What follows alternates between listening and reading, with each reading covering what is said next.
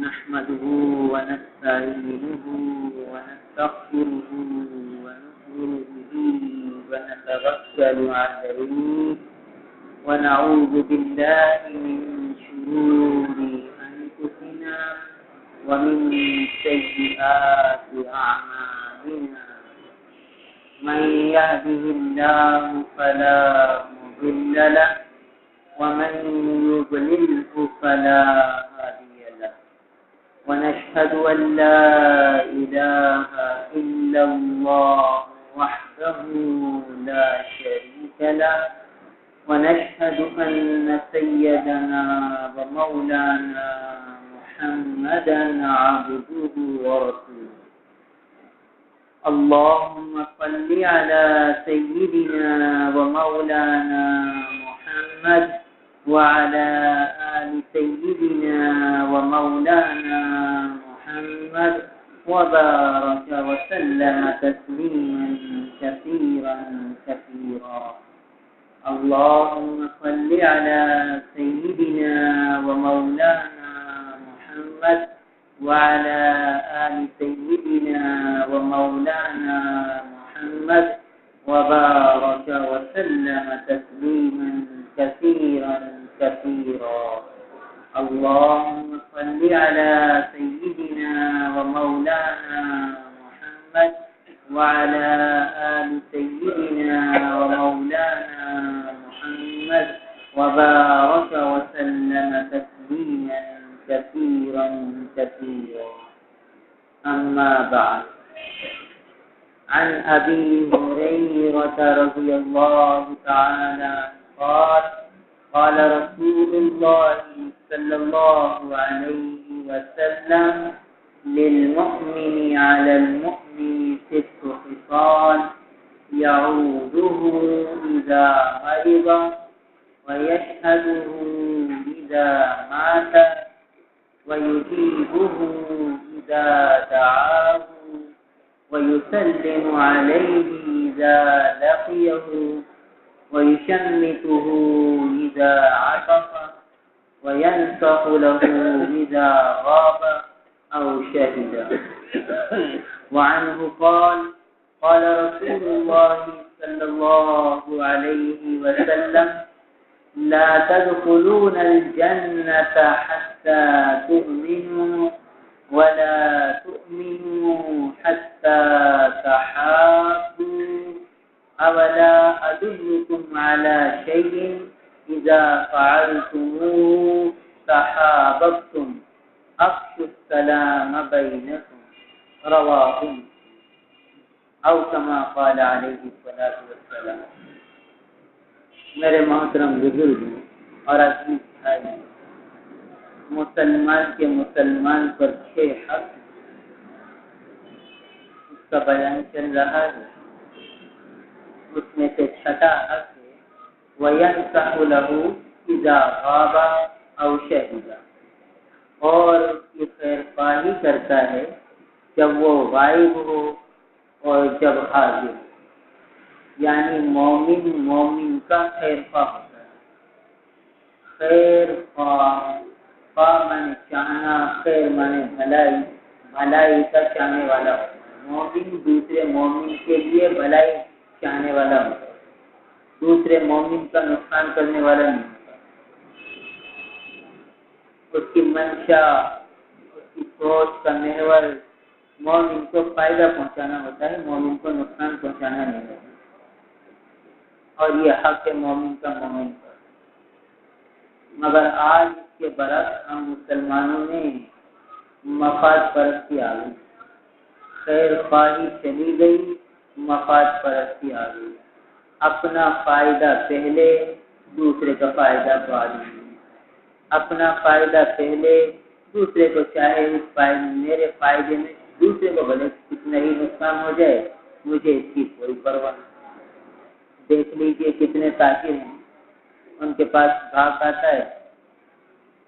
کئی چیزیں وہ دکھاتے ہیں اب تاجر کہتا ہے جو آپ مناسب سمجھتے ہیں وہ مجھے دے دیں جو آپ مناسب اب دیکھیے ایک مسلمان بھائی اپنے دوسرے مسلمان بھائی پر اعتماد کر رہا ہے اب یہ تاجر ہے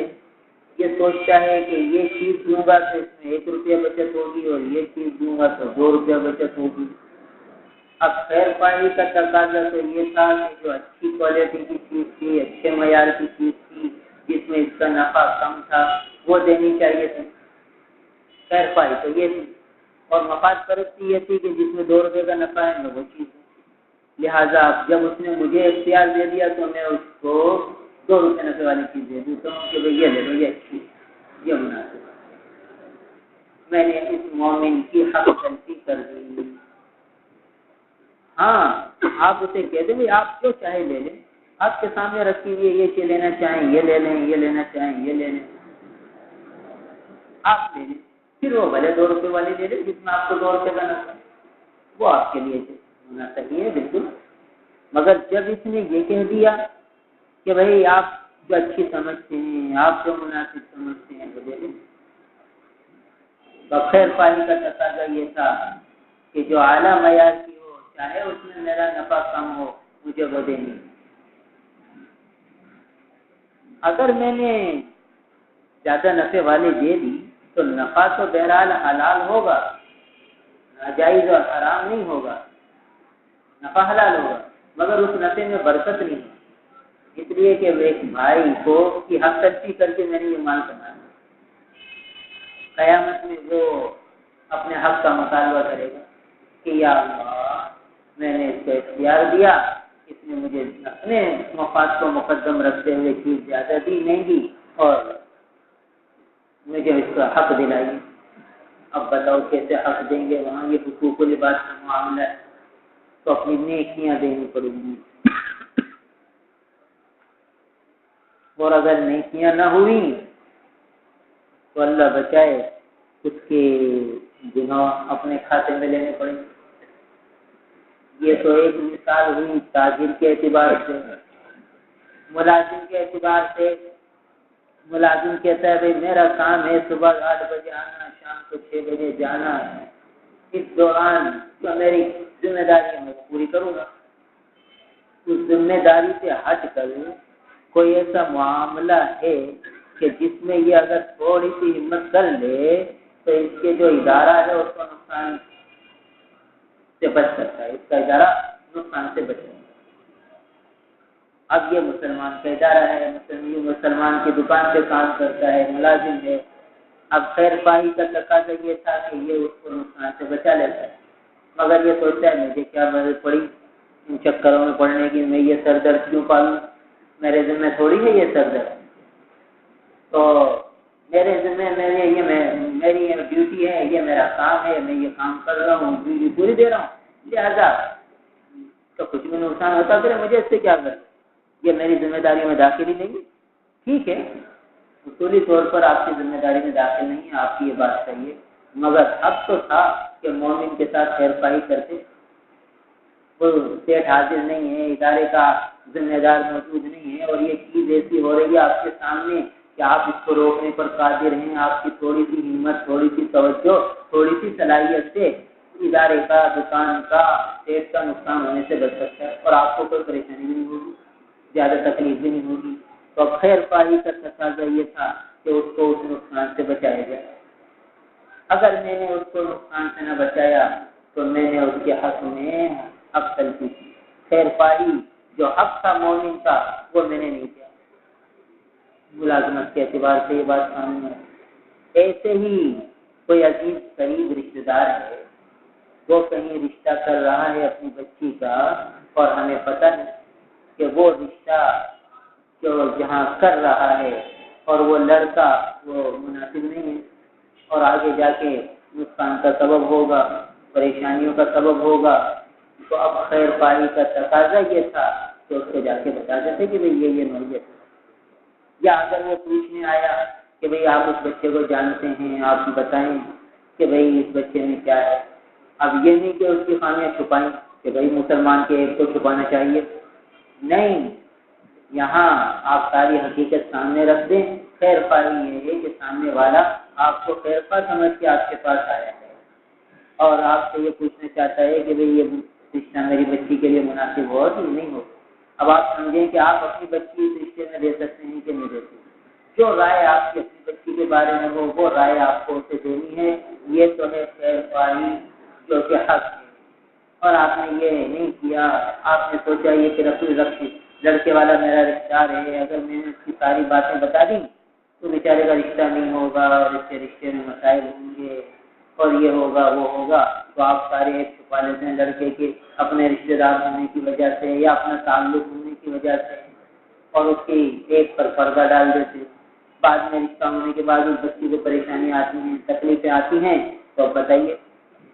کتنی اس کی حق تلفی ہوئی, کتنی اس کے ساتھ پریشانی کا سبب ہوا اس کے تھوڑی سی لاپرواہی اور غفلت سے.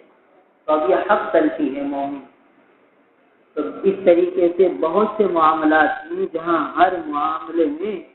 ہمیں اپنے مفاد کو پیچھے کرنا ہے اور مومن کے فائدے کو, مومن کے خیر پہنچانے کو مقدم کرنا ہے. ہر ایک بات کہیں ہم دیکھ رہے ہیں کہ کسی مومن کا کسی معاملے میں نقصان ہوگا, خیر خواہی کر دو, اسے سمجھا کہ بھئی یہ تمہارے لیے مناسب نہیں. آج کتنے لوگ ہیں جو لوگوں سے پیسے لے لیتے ہیں, آؤ بھائی لاؤ بھائی پیسے تو کاروبار کریں گے اور جو ہے اتنا تمہیں نفع دے دیں گے. پیسہ لینے والا بھی مسلمان, پیسہ دینے والا مسلمان, اور جو کاروبار میں لگا رہے ہیں وہ سب مسلمان.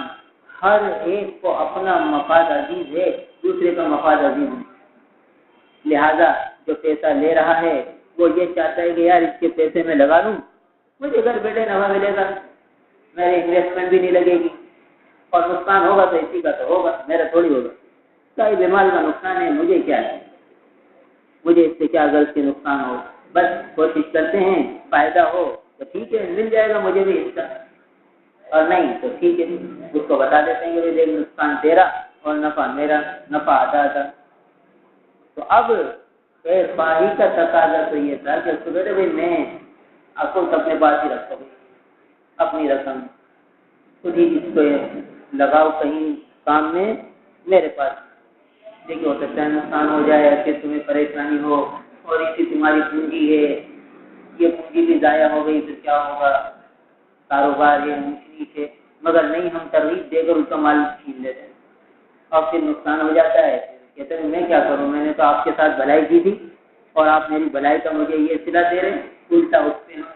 غصے ہونے لگ جاتے ہیں, اس سے لڑائی کرنے لگ جاتے ہیں. تو یہ افراط اور تفریط ہمارے معاشرے میں, جس کی وجہ سے بدامنیاں ہیں, جس کی وجہ سے پریشانیاں ہیں, جس کی وجہ سے ہر ایک ٹینشن میں, ہر ایک اپنی طبیعت میں بوجھ محسوس کر رہا ہے, اس لیے کہ یہ حق ادا نہیں ہو رہا, خیر خواہی نہیں ہو رہی.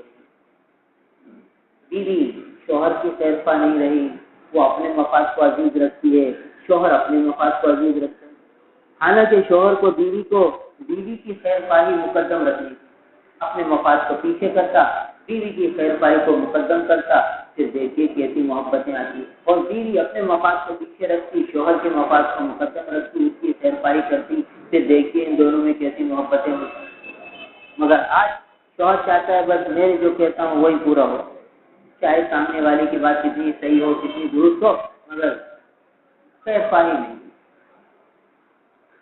ایسے ہی بھائی بڑا بھائی چاہتا ہے کہ جو میں کہتا ہوں وہ وہی ہو جائے, چھوٹا کہتا ہے نہیں جو میں کہہ رہا ہوں وہ ہو. اس میں خیر خواہی کو مد نظر نہیں دیکھا جا رہا, بس یہ کہہ رہا ہے کہ میں جو کہہ رہا ہوں بس وہی حق اور سچ ہے, اور وہ بستر کی لکیر ہے, بس یہی ہونا چاہیے, نہیں تو لڑائی جھگڑا اور کیا کچھ. خیر خواہی کا تقاضا یہ تھا کہ شوہر بیوی کے سامنے بات رکھ دیتا کہ دیکھو بھائی تم یوں کہہ رہی ہو, میں یوں کہہ رہا ہوں, تمہاری باتوں میں اتنا نقصان کا پہلو ہے, میری باتوں میں اتنے نقصان کا پہلو ہے, اتنے فائدہ کا پہلو ہے. اگر چاہو تو یہ کر لیتے ہیں, ورنہ جیسے تم چاہو کرو. اور بیوی شوہر کے سامنے اپنی بات رکھو, تمہاری بات میں یہ نقصان نظر آ رہے ہیں, میری بات میں یہ فائدے نظر آ رہے ہیں. خیر خواہی کا تقاضا یہ ہے, باقی تم جو چاہے کرو. تو اس طریقے سے اگر گھر کی فضا چلے تو پھر لڑائی جھگڑے نہ. تو آج نہ شوہر بیوی کا خیر خواہ, نہ بیوی شوہر کی خیر خواہ, ہر ایک مفاد پر اپنے مفاد کو ہم نے مقدم کر دیا. اور جب صحابہ کی زندگی میں نظر ڈالتے ہیں تو بھئی وہاں تو اپنے مفاد کو تو بھولے ہوئے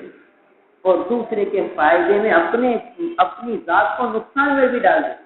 یہ صحابہ کی زندگی. لہذا قرآن اترتا تھا, وَيُؤْثِرُونَ عَلَىٰ أَنفُسِهِمْ وَلَوْ كَانَ بِهِمْ خَصَاصَةٌ، خود فاقے سے رہ کر دوسروں کو اپنے اوپر ترجیح دیتے. دیکھیے یہ تھی خیر خواہی کا اعلیٰ درجہ. خود پیاسے ہو کر جان دے رہے ہیں مگر پانی نہیں پی رہے تیرے برابر والے کی طرف. اور وَيُطْعِمُونَ الطَّعَامَ عَلَىٰ حُبِّهِ مِسْكِينًا وَيَتِيمًا وَأَسِيرًا، کہ کھانے کی محبت ہے، کھانے کی طلب ہے، کھانے کی چاہت ہے، مگر اپنے اوپر مسکین کو، یتیم کو، قیدیوں کو ترجیح دے رہے ہیں. ان کی بھلائی میں خوش ہیں، اپنے اوپر مشقت کو جھیل دیں. تو قرآن اتر جاتا تھا ان کی کیفیات قلبی پر. یہ تھی صحابہ کی زندگی. لہذا وہ معاشرہ بھی دیکھ لو کیسا امن چین کا تھا، کیسی رحمتیں برستی، اللہ تعالیٰ کیسے خوش ہوتے تھے آج، اور رحمتوں کا نزول ہوتا تھا ان صحابہ کی اعمال پر. اور آج ہم چونکہ ہر معاملے میں، اب جہاں معاملہ ہوتا ہے حدیث میں آتا ہے کہ جب 2 آدمی شراکت کرتے ہیں تو تیسرا اس میں اللہ ہوتا ہے، اور جب تک وہ دیانتداری سے کام کرتے رہتے ہیں اللہ تعالیٰ شریک رہتے ہیں. اور جس شراکت میں اللہ تعالیٰ شریک ہو جائے اس میں خسارے کا امکان ہی نہیں ہے. بھائی کہیں آدمی تجارت کرے اور اس میں بڑا ماہر آدمی شامل ہو اور ایسا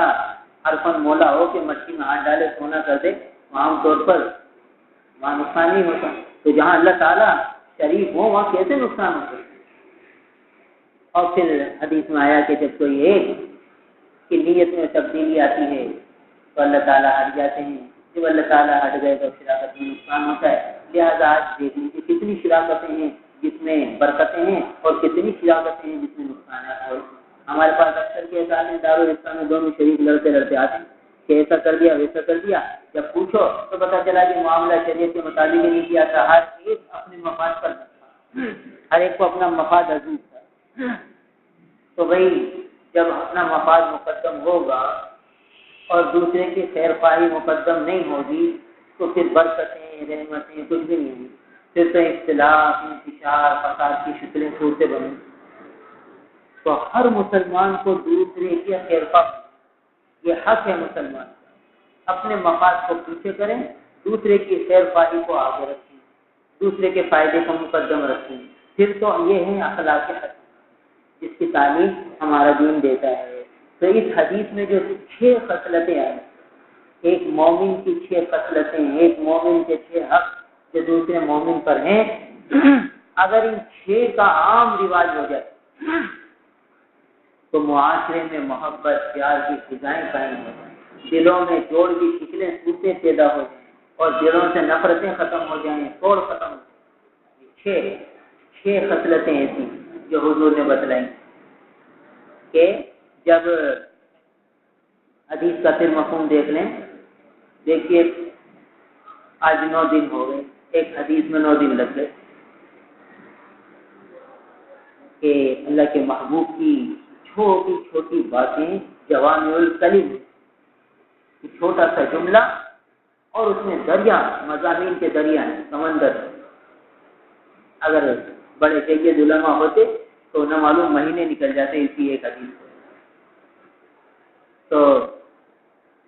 اگر یہ 6 کی 6 صفات اگر ہمارے اندر آ جائیں،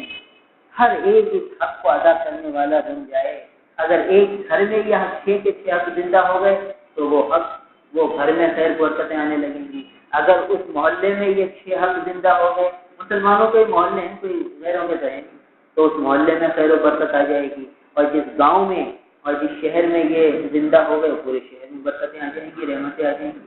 تو یہ توجہ دینے کی ضرورت ہے. ان 6 حقوق کو یاد کریں اور اسے پوری طرح انجام دینے کی کوشش کریں. اور دیکھو یہ حق مسلمان کے مسلمان پر ہیں، رشتے دار کے نہیں. وہ ایک الگ موضوع اور عنوان ہے. یہاں تو بات چل رہی ہے کہ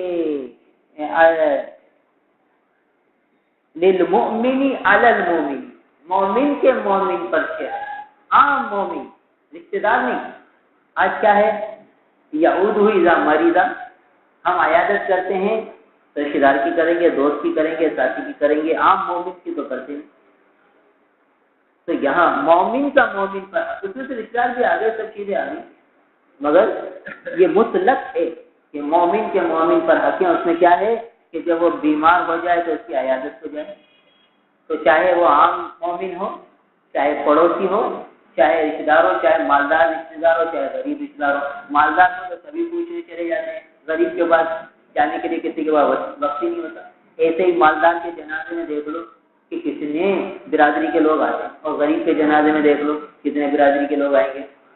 پتہ چل جاتا ہے کہ ہم کتنے حق کو ادا کرنے والے ہیں۔ صرف نام وری ہے کہ وہ مالدار آدمی ہے، اس کے یہاں جائیں گے تو ذرا آنا جانا رہے گا، اچھا ہے، مالداروں سے رابطہ رہے۔ ہم یہ مشاہدہ ہے، اب بھی دیکھتے ہیں معاشرے کے افراد ہیں، تو حق یہ ہے کہ چاہے غریب رشتے دار ہو، چاہے امیر رشتے دار ہو، چاہے غریب پڑوسی ہو، چاہے امیر پڑوسی ہو، چاہے مطلق مومن ہو، کوئی سا بھی ہو، تو اس کے جنازے میں شرکت کرنا۔ تو پہلا اس کی عیادت کرنا جب بیمار ہو، وَيَشْهَدُهُ إِذَا مَاتَ، اور اس کے جنازے میں شریک ہو جب وہ مر جائے، چاہے کوئی بھی مومن ہو، رشتے دار ہو، غیر رشتے دار ہو، اجنبی ہو، جنازے میں شرکت کرنا۔ اور یجیب اذا دعا، جب دعوت دے تو اس کی دعوت کو قبول کرنا۔ اب دیکھیے جنازے میں ایک آدمی جاتا ہے، دعوت میں بھی فیملی جاتے ہیں، دعوت میں بھی فیملی چلے جائیں گے، پورا گھر چلا جائے گا، اور جنازے میں ایک آدمی جائے گا کہ بھائی چلو رسم نبھانی ہے، اطلاع کر کہ بھائی جا کے ایک آدمی تو ہو کر آئیے، ہمارے گھر کا ایک آدمی جنازے میں پہنچ گیا، کافی۔ اور دعوت آئی تو پورا ویلا جائے گا گھر کا، کیونکہ فیملی دعوت ہے بھائی۔ جب دعوت میں بھی فیملی گئے تو جنازے میں بھی پورے کے پورے افراد جائیں اور تعزیت کر کے واپس آئیں، وہاں کھائیں پیئیں نہیں۔ تو دیکھیے کتنا افراط اور تفریط۔ تو دوسرا حق تھا یہ شد اذا مات، جب مر جائے تو اس کے جنازے میں حاضر ہو۔ اور جب وہ تیسرا حق کہ یجیب اذا دعاہ، جب وہ دعوت دے تو اس کی دعوت کو قبول کرے۔ وَيُسَلِّمُ عَلَيْهِ إِذَا لَقِيَهُ، اور جب بھی ان سے ملاقات ہو اس کو سلام کرے اور سلام میں پیش قدمی کرے۔ اور وَيُشَمِّتُ إِذَا عَطَسَ، اور اس کی چھینک کا جواب دے، جب وہ الحمدللہ کہے تو یرحمک اللہ کہے۔ وَيَنْصَحُ لَهُ إِذَا غَابَ أَوْ شَهِدَ، اور اس کی خیرخواہی کرے جب وہ حاضر ہو یا غائب ہو، اس کی موجودگی میں بھی اس کا خیرخواہ ہو، اس کے غائب ہونے کی صورت میں، یعنی غائب ہونے کی صورت میں خیرخواہی کیا ہے کہ ایک آدمی کی لوگ برائیاں کر رہے ہیں اور اس کو پتہ ہے کہ وہ اچھا آدمی ہے، اور دوسرے لوگ ان سے بدگمان ہو رہے ہیں، تو یہ اب اس کی دفاع کرے کہ بھائی نہیں، میرا پڑوسی ہے، میرا رشتہ دار ہے، میں اسے اچھی طریقے سے جانتا ہوں، میں نے تو آج تک اس میں یہ بات نہیں دیکھی، آپ نے کیسے دیکھ لی، آپ کے پاس کیا دلیل ہے، کوئی دلیل ہے تو بتاؤ۔ اس طرح اس کا دفاع کرے، اس کی عزت کو پامال ہونے سے بچائے۔ اب دیکھیے غائب میں غائبانہ خیرخواہی کر رہا ہے، تو اس طریقے سے غائب مومن غیر موجود ہو تب بھی اس کی خیرخواہی کرے، جب وہ سامنے ہو جب بھی اس کی خیرخواہی کرے۔ تو یہ 6 حق ہیں ایک مومن کے مومن پر، اس پر عمل کرنا، اس کو یاد کرنا، اس کا بار بار مذاکرہ کرنا، اس کو اپنے بچوں کو سکھانا،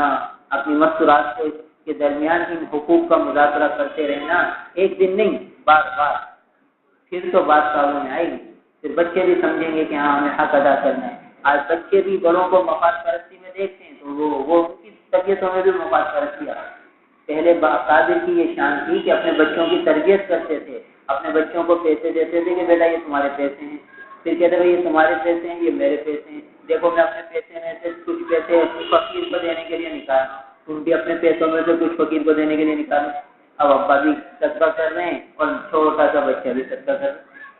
کیوں بھائی ابا بھی کر رہے ہیں یہ بھی کر رہے ہیں، کہتا ہے میں بھی اللہ کے بندوں پہ خرچ کروں، میرے ابا خرچ کرتے ہیں۔ اس طرح عادت ڈلوا جیسے خیر میں خرچ کرنے کی اور بچوں کی تربیت کرنے کی۔ تو یہ ہماری ذمہ داری ہے۔ آج بچوں کی تربیت بھی ختم ہو گئی، ہم خود مفاد پرستی میں آ گئے تو ہمارے پاس جو ہے اتنا وقت ہی نہ رہا کہ بچوں کی تربیت کر سکیں اور انہیں یہ حقوق سکھا سکیں۔ تو بہرحال اب اگلی حدیث حضرت ابو ہریرہ رضی اللہ تعالیٰ عنہ سے کہ رسول اللہ صلی اللہ تعالیٰ علیہ وسلم نے فرمایا کہ لا تدخلون الجنہ، کہ تم جنت میں داخل نہیں ہو سکتے یہاں تک کہ ایمان لے آؤ، یعنی جنت میں داخلے کے لیے ایمان کی شرط، ایمان ہوگا تو جنت میں داخلہ ہوگا، اور ایمان اللہ بچائے نہیں ہوگا تو پھر جنت میں داخلہ نہیں ہوگا۔ اب اللہ تعالیٰ نے ہمیں ایمان سے نوازا ہے، اب اس ایمان کی حفاظت کرتے ہوئے قبر تک لے کے جانا، اور اللہ تعالیٰ بچائے کہ بعض گناہوں کی نحوست ایسی ہوتی ہے کہ ایمان سلب ہو جاتا ہے اور سوء خاتمہ کا اندیشہ ہو جاتا ہے۔ بعض کبیرہ گناہ ایسے ہوتے ہیں کہ جس سے آدمی کا ایمان ہی سلب ہو جاتا ہے۔ تو لہٰذا آدمی گناہوں سے توبہ کرتا رہے، گناہوں سے بچتا رہے، اللہ تعالیٰ سے معافی مانگتا رہے تاکہ جنت میں داخلے کی جو بنیادی شرط ایمان وہ تو محفوظ رہے۔ یہ اللہ تعالیٰ کا احسان ہے کہ ایمان بن مانگے دے دیا، مسلمانوں کے گھر میں پیدا کر دیا۔ اب اس ایمان کی حفاظت ضروری ہے، اس ایمان کی آبیاری ضروری ہے، اس کو تناور درخت بنانا، اس میں گل و گلزار پیدا کرنا اس ایمان کی شاخ میں، تو یہ محنت سے ہوگا، اس کے لیے محنت ہے۔ تو بہرحال اللہ کے محبوب فرماتے ہیں کہ تم جنت میں داخل نہیں ہو سکتے یہاں تک کہ ایمان لے آؤ، وَلَا تُؤْمِنُوا حَتَّىٰ تَحَابُوا، اور تم ایمان میں کامل نہیں ہو سکتے یہاں تک کہ آپس میں محبت کرنے لگو۔ بڑی عجیب شرط ہے، آپس میں محبت کرنا یہ ایمان کے لیے ضروری ہے، ورنہ ایمان میں نقص ہو جاتا ہے۔ آدمی کیا ہوتا ہے، تھوڑا سا عمل کر لیتا ہے تو اپنے اندر بڑائی آ جاتی ہے، تھوڑی سی نوافل پڑھ لی، تھوڑی سی تلاوت کر لی، تھوڑا سا ذکر کر لیا، تھوڑی سی شریعت کے احکامات پر عمل ہو گیا تو بس ایک دل میں ایسی لاشعوری طور پر، غیر ارادی طور پر ایک اپنی بڑائی آ جاتی ہے اور دوسروں کی خامیاں نگاہوں میں آنے لگتی ہیں۔ پھر جب دوسروں کی خامیاں آ گئی تو اب اس سے محبت کہاں ہوگی؟ بھائی محبت، دیکھیے ایک بچہ گندا سندا پڑا ہوا ہے پیشاب میں پاخانے میں، تو اسے آدمی بے ضابطہ اٹھا کے نہیں چومتا، اور ایک بچہ بالکل جو ہے نلا دھلا کے اس پہ شیمپو، اس کو جو ہے مدر پاؤڈر لگا کر اور پتہ نہیں خوب خوشبودار بنا کے رکھا ہوا، ہر ایک بے ضابطہ اس بچے کو اٹھائے گا، چومے گا، چاٹے گا، سینے سے لگائے گا، اس سے ہنسی مذاق کرے گا، اور جو گندا سندا پڑا ہوا ہے اس کو نہیں اٹھائے گا۔ کیوں؟ اس لیے کہ جو گندا ہے اس کی طرف سے میلان نہیں ہوتا، اور جو صاف ستھرا ہے اس کی طرف سے جس کا میلان ہوتا ہے۔ یہ اللہ تعالیٰ نے فطری طور پر بات رکھی ہے، اور کیسی محبت آتی ہے اس بچے سے جو صاف ستھرا ہوتا ہے، اور جو گندا سندا ہوتا ہے اس کی طرف محبت نہیں ہوتی، رغبت نہیں ہوتی۔ تو جب کسی کی خامی سامنے آ گئی اب اس سے محبت کیسے ہوگی؟ جب محبت نہیں ہوگی تو حضور فرمانے کی ایمان میں کامل نہیں ہو سکتے۔ تو اس کی محبت کو دل میں لانا، یہ سوچنا کہ نہیں ہے میرا مسلمان بھائی ہے، یہ تو عارضی ہیں، خامیاں ابھی دور ہو جائیں، مجھ سے آگے نکل جائے اللہ کے قرب میں، تو یہ دلوں کو ٹٹولنا پڑے گا، کیونکہ شیطان اور نفس ہمارا ایسا خطرناک دشمن ہے۔ وَمَا أُبَرِّئُ نَفْسِي إِنَّ النَّفْسَ لَأَمَّارَةٌ بِالسُّوءِ إِلَّا مَا رَحِمَ رَبِّي۔ یوسف علیہ السلام فرما رہے ہیں وَمَا أُبَرِّئُ نَفْسِي إِنَّ النَّفْسَ لَأَمَّارَةٌ بِالسُّوءِ، کہ نفس جو ہے برائی کا حکم کرنے والا ہے، أَمَّارَةٌ بِالسُّوءِ، یہ نفس گناہوں کے حکم کرنے والا ہے، گناہوں کی طرف مائل کرنے والا ہے۔ تو اب آدمی ظاہراً نیکی کر کے یوں سمجھ رہا ہے کہ میں تو اپنے دور کا جنید بغدادی ہوں، اور یہ اتنا گناہ گار ہے، اور اس کی یہ معاملات ہیں، اس کی معاملات میں یہ خرابی ہے، اس کے معاملات میں یہ خرابی ہے، اس میں یہ نقص ہے، اور اس وجہ سے اب میرے دل سے اس کی محبت ختم۔ اور اللہ تعالیٰ کے محبوب فرما رہے ہیں کہ نہیں، تم ایمان والے ہو ہی نہیں سکتے جہاں تک کہ آپس میں محبت رکھو۔ تحابوا، باب مفاعلہ سے ہے کہ آپس میں باہم محبت ہونی چاہیے، دونوں طرف سے محبت کا معاملہ ہے۔ تو جب دونوں طرف سے محبت ہوگی تو ہی ایمان کامل ہوگا۔ تو فرمایا کہ اب ہر مسلمان کو قدر کی نگاہ سے دیکھنا ہے، اس کی خامیوں سے سر پہ نظر کرنا ہے، اس کی خوبیوں پہ نظر رکھنی ہے، پھر اس کی اچھائی ہمارے دل میں آئے گی، پھر محبت آئے گی۔ تو فرمایا کہ تم ایمان والے نہیں ہو سکتے حتیٰ تحابوا، یہاں تک کہ تم آپس میں محبت کر لو، آپس میں باہم محبتیں ہوں تمہارے درمیان۔ محبتیں ہوں گی تو ایمان میں ترقی ہوگی، محبتیں نہیں ہوں گی تو ایمان ناقص ہوگا۔ لہذا جن گھروں میں توڑ کی شکنیں ہیں، لڑائی جھگڑے ہیں، تو بھلے کتنے اعمال کرتے رہے، جڑ کٹی ہوئی، اب اوپر سے درخت سرسبز و شاداب نظر آ رہے ہیں، مگر جس درخت کی جڑ کٹ جائے وہ کچھ عرصے بعد ٹوٹ جاتے، پھر اس میں گل و گلزار نہیں آتے، پھول بوٹی نہیں آتے، اس لیے کہ جڑ کٹی ہوئی۔ تو لہذا ایمان کی مضبوطی کا نسخہ حضور نے فرمایا کہ محبت کرو۔ اچھا بھائی اب محبت کیسے ہو؟ اب محبت کا طریقہ بھی بتا دیا، کیسے شفیق ہیں ہمارے نبی، کیسے حکیم ہیں ہمارے نبی، کہ یہ بھی بتا دیا کہ جنت میں داخلے کے لیے ایمان شرط ہے، اور ایمان کے لیے آپس میں محبت شرط ہے، اور محبت کا حصول کس سے ہوگا؟ کہتے ہیں افشوا السلام بینکم، آپس میں سلام کو پھیلاؤ۔ دیکھیے کتنی پیاری تعلیم ہے، اور دیکھیے انداز سمجھانے کا ہمارے آقا کا، کہ جب یہ بتا دیا کہ وَلَا تُؤْمِنُوا حَتَّىٰ تَحَابُّوا، کہ تم ایمان والے نہیں ہو سکتے یہاں تک کہ آپس میں محبت کرو، تو اب ایک جذبہ پیدا ہوتا تھا کہ بھائی اب آپس میں محبت کیسے ہو، ایک سوال ذہن میں آتا تھا، تو حضور نے اس سوال کو اٹھا اور دل میں شوق پیدا کیا، اولا ادلکم علی شیء اذا فعلتموہ تحاببتم، کیا میں تمہیں ایسی چیز نہ بتلاؤں کہ جب تم اس چیز سے اختیار کر لو تو تم میں آپس میں محبتیں ہو جائیں، ایسی چیز نہ بتا دوں۔ دیکھیے کیسا اس سوال کے جو دل میں ابھرنے والا سوال تھا اس کو اور ابھارا اور شوق کو بڑھایا کہ بھائی پوچھو ہم سے کہ وہ کیا تدبیر ہے جس سے محبت بڑھ جائے، تو فرمایا افشوا السلام بینکم، اپنے درمیان سلام کو پھیلاؤ۔ یہ عجیب ہے سلام کا معاملہ، کئی دفعہ مشاہدہ ہوا، دیکھیے دو موٹر سائیکل والے بڑی تیزی سے جا رہے ہیں اور اچانک ایک دوسرے کے سامنے آ گئے اور بریک لگا دیا، اب جو ہے الحمدللہ کچھ بھی نہیں ہوا۔ اب کیا ہوتا ہے اگر دونوں نے ایک دوسرے کو غصے سے دیکھا اور جو ہے ایک نے زبان سے کہا تیری غلطی ہے، انہوں نے کہا تیری غلطی ہے، اب تو بھائی دونوں موٹر سائیکل سے اتریں گے اور غصہ ہوں گے، خون خان ہو جائیں گے۔ اور اگر یہ ہوا کہ بھئی ایک نے مسکرا کر دیکھا اور کہا السلام علیکم، سامنے والا بھی مسکراہٹ آئے گا، اگر مسکراہٹ نہ بھی آئی تو زیادہ سے زیادہ جو اس کا ریس تھا، غضب تھا، جو گالیوں کی شکل میں نکلنے والا تھا، وہ صرف آنکھوں کی حد تک رہے گا، وہ گھور کر دیکھے گا، چلا جائے گا۔ یہ مشاہدہ ہوا کہ کئی دفعہ ایسا ہوا موٹر سائیکل پر کہ بھئی اسپیڈ میں یا دونوں طرف سے کچھ غلطی ہو ہی جاتی ہے، تو اب وہ سامنے والے نے گھور کے دیکھا السلام علیکم، اب فوراً اس کے دل میں نرمی آ گئی اور اس نے بھی یا تو مسکرا کے دیکھ لیا یا سلام کر لیا یا ہاتھ کا اشارہ کر دیا یا سر جھکا کے سلام کر دیا، یا اگر بہت ہی غصہ تھا تو بس آنکھوں سے غصے کا اظہار کرتے ہوئے چلا گیا، زبان سے کچھ بھی نہ بولا۔ یہ سلام کی کرامت ہے، تو اس کو پیدا کرنا چاہیے۔ اسی طریقے سے بہت سے لوگ جو انجان ہوتے ہیں اور جو ہے نقصان پہنچانے والے شمار کیے جاتے ہیں کہ بھئی یہ محلے میں اس قسم کے لوگ ہیں اور فلاں طریقے کے لوگ ہیں، سلام کرو السلام علیکم ورحمۃ اللہ، بس ان کا جو بھولنا ہوگا، ان کے جو دل کا فیض ہوگا وہ انشاءاللہ ٹھنڈا ہو جائے گا۔ یہ آقا کی تعلیم ہے، یہ نبی کا نسخہ ہے، نسخہ نبوی ہے محبت کے حصول کا۔ تو اگر سلام کا رواج ہو جائے تو محبتیں پیدا ہو جائیں۔ رکشے والے کے پاس جاؤ، اس سے بغیر سلام کے پوچھو بھائی کتنے پیسے لوگے، وہ کہے گا 150 روپے، اور دوسرے ہوگا السلام علیکم ورحمۃ اللہ، وعلیکم السلام ورحمۃ اللہ، بھائی فلاں جگہ جانا ہے کتنے لوگے، آپ کو زمین آسمان کا ریٹ میں فرق نظر آ جائے گا۔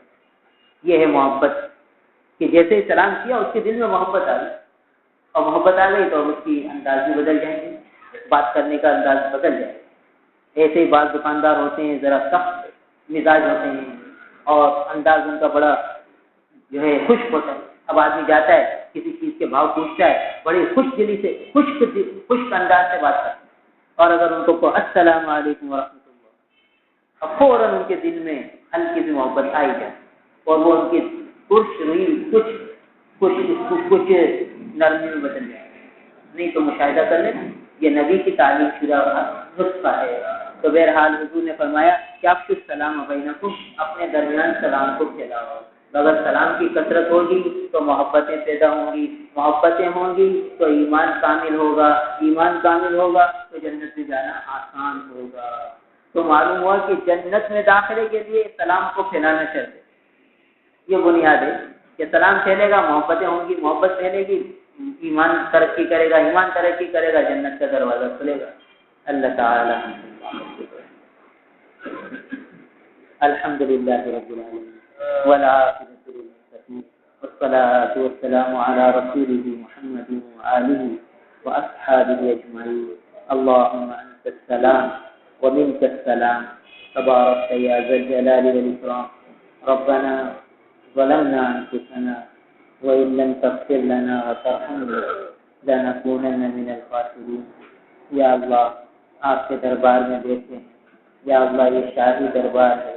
یا اللہ آپ احکم الحاکمین ہیں، آپ یا اللہ بادشاہوں کے بادشاہ ہیں، ملک الملوک یا اللہ، یا اللہ آپ کے دربار میں بیٹھے ہم سے جو کوتاہیاں ہیں سب معاف فرما دیجیے، جو بے ادبیاں ہیں وہ بھی معاف فرما دیجیے، جو گستاخیاں ہیں وہ بھی معاف فرما دیجیے، یا اللہ محروم نہ فرمائیے، یا اللہ خالی دامن واپس نہ لوٹائیے، یا اللہ اپنا تعلق دے کر، اپنی رضا کامل دے کر، اپنی محبت کاملہ دے کر اپنا پیارا بنا کر لوٹائیے، یا اللہ اپنے گھر سے کامل حیثیت اور محبت نصیب فرما دیجیے، ہمارا دل اس گھر میں اچھا رہے ایسے ہماری طبیعت میں اور کیفیت میں بنا دیجیے، یا اللہ محروم نہ فرمائیے، یا اللہ محروم نہ فرمائیے، ہماری نالائکیوں کو نہ دیکھیے، اپنے فضل و کرم سے ہمیں بھی نواز دیجیے، یا اللہ جو آپ نے نعمتیں ان لوگوں کو دیں جن کے اعتقاد کو آپ نے قبول فرمایا ہو، یا اللہ وہ ساری نعمتیں ہمیں بھی نواز دیجیے، ہمیں بھی محروم نہ فرمائیے، یا اللہ جو مانگا وہ بھی دے دیجیے، جو نہ مانگ سکے وہ بھی عطا فرما دیجیے۔ اللهم انا نسألك من خير ما سألك منه نبيك محمد صلى الله عليه وسلم، ونعوذ بك من شر ما استعاذك منه نبيك محمد صلى الله عليه وسلم، أنت المستعان وعليك البلاغ ولا حول ولا قوة إلا بالله، وصلى الله تعالى على خير خلقه محمد وآله وأصحابه أجمعين، آمين برحمتك يا